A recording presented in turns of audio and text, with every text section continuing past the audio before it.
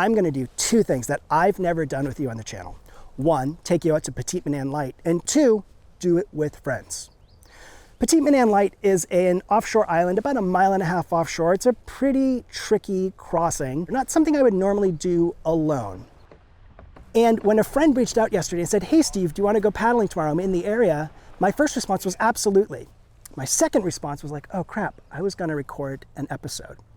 Today is gonna be an experiment. How do I bring you into more of the type of paddling that I'm actually doing all year long, not just when I'm making episodes for you? Best case scenario, you get to understand the trip I make, the considerations I make along the way, so that you can come along or you can eventually do this trip yourself. Also, you're gonna get to see some puffins. Petit Manan Light is one of the 3 or 4 places that puffins nest along the coast here in the summer. It is an absolute delight to go out and see these goofy birds. I try to do it once a year in one of the spots, and today's that day, and you get to come along. I'm interested to see how this episode comes together, what comes out of it, and I'm really excited for you to see Petit Manan Light.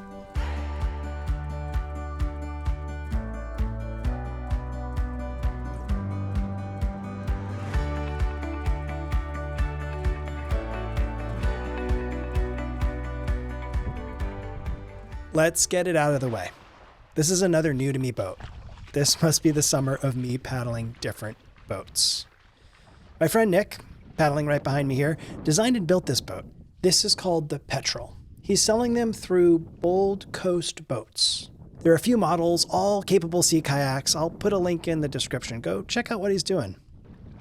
What I notice immediately is that for a 17-foot boat, it did not feel like a 17-foot boat.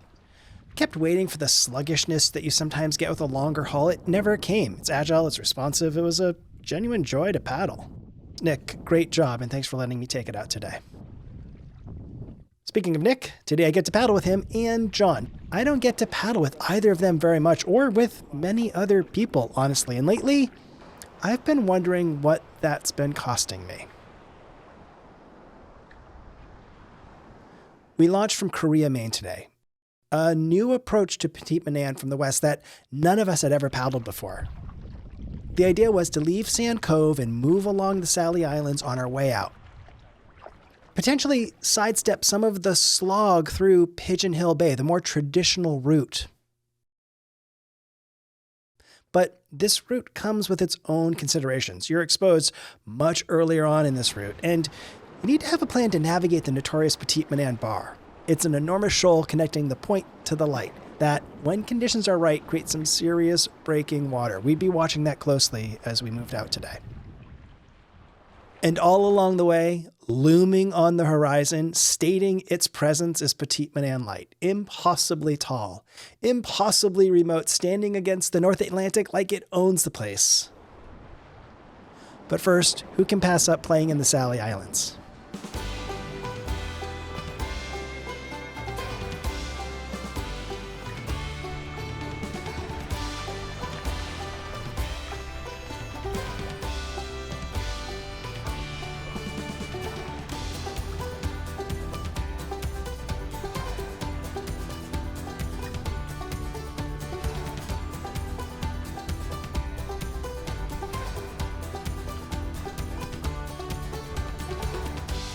We poked around the nooks and crannies along the outer edge of the Sallies, doing that thing we do when we kayak, pushing bows into things, watching how the surge works a channel, practicing reading what the water's about to do next, and letting ourselves ride breaking swells over and between the rocks.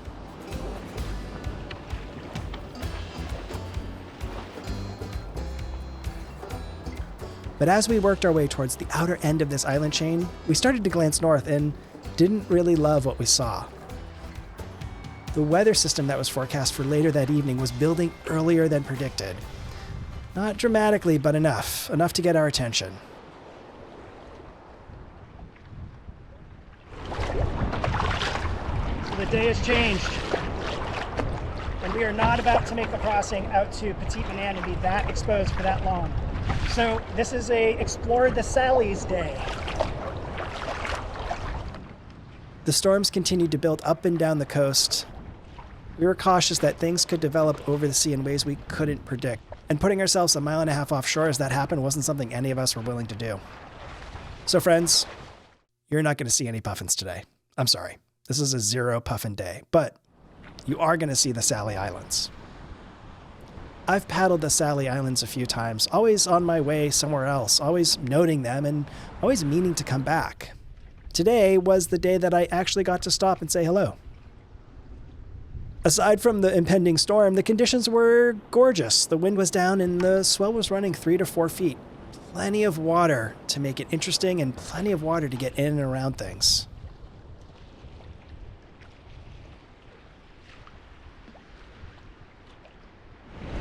Wish I brought my helmet. Also wish I had a plastic boat and not a friend's Kevlar boat. What I didn't expect here are these rounded ledges, not the gnarly, jagged rocks that we usually find in spots.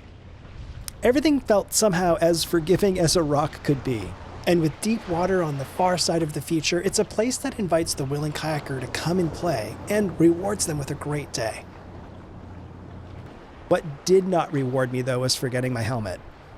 There's one feature I kept coming back to and watching it. I lined up for it more than once. Every time I pulled back, that's what missing a helmet cost me in a place like this. Not today, not without a helmet.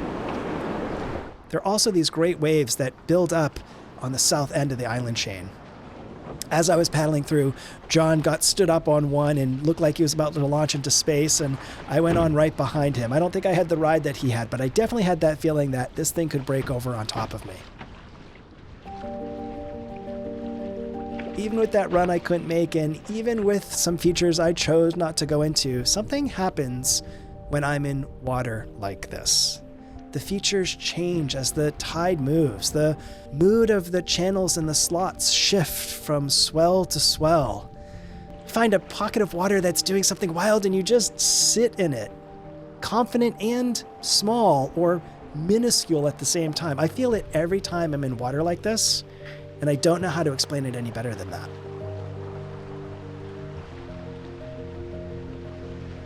Here's what I also noticed. There's something that shifts for me when I'm paddling with people whose skills I genuinely trust.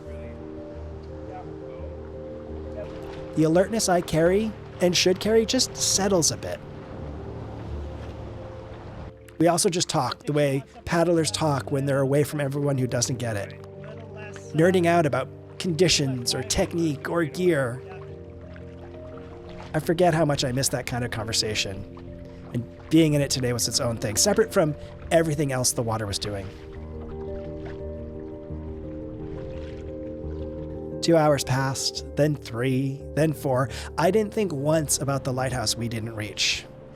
Didn't think about the puffins. Didn't think about that crossing, the journey, just pour-overs and crashing waves and features and ledges and conversations with friends and swell. What this trip reminded me of, and what my trip on the Saguenay last week reinforced, is how much I give up by paddling alone so much of the time. Today reminded me what that something was.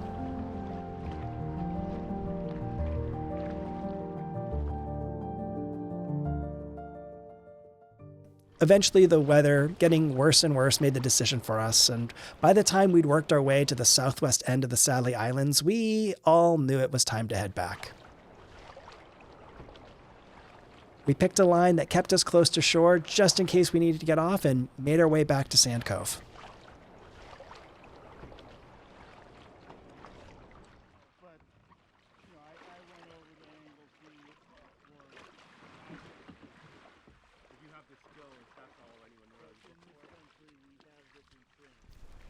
Well, that was not the day I expected to have. And I'm okay with it. I had a great day. It was delightful to spend the day with friends. And once we realized, we're not going to cross over to Petit Manan with the thunderstorms. If those develop or change, we needed a plan B to get off the water. So we just changed our day. We refocused our day to have that plan B. And it was great. I loved exploring the Sallies. This is such an interesting set of islands that normally I just kind of paddle past and don't get to really poke around and play. So today was just a really fun day without an agenda to just poke your bow into stuff and get pushed around by waves. And I didn't have a helmet. I wish I did. So all the things I was trying were low to no risk of head injury, but I do wish I had a helmet, and I do wish I had a plastic boat to come back into these areas and just kind of bump around a little bit more. This is going to be a Steve Fest 2026 venue if the conditions hold on the day we paddle. I'm really excited to bring my paddling friend group up this way and explore these islands, because I think there's just endless little nooks and crannies to check out and endless things to play with and play around. So it was really fun today to add that to the list. I didn't get to cross off the open gap in my GPS track. I still have a gap between essentially here and Petit Manan, or Petit Manan Point, where we were supposed to go today. So that still exists. So this trip is still very much on the radar, and it'll be a fantastic trip when we do it. But today wasn't the day. What did you think of this format? Did you enjoy this format? I'd love to hear your thoughts about it in the comments. It's kind of hard off the water to think of, like, is that going to come together for an episode? So we'll see after many hours of editing. But I'd love to hear your thoughts. What resonated with you? Did you enjoy it? What stuck out for you? You want to see more of this type of format? Let me know in the comments. I'd really love to hear that. I'd really appreciate your feedback on that. All right, friends. Well, I had a delight being out there today. I hope you enjoyed coming on this journey day trip with me. And as always, I hope you enjoy your adventures, whatever they are. And until next time, safe paddling. Bye for now.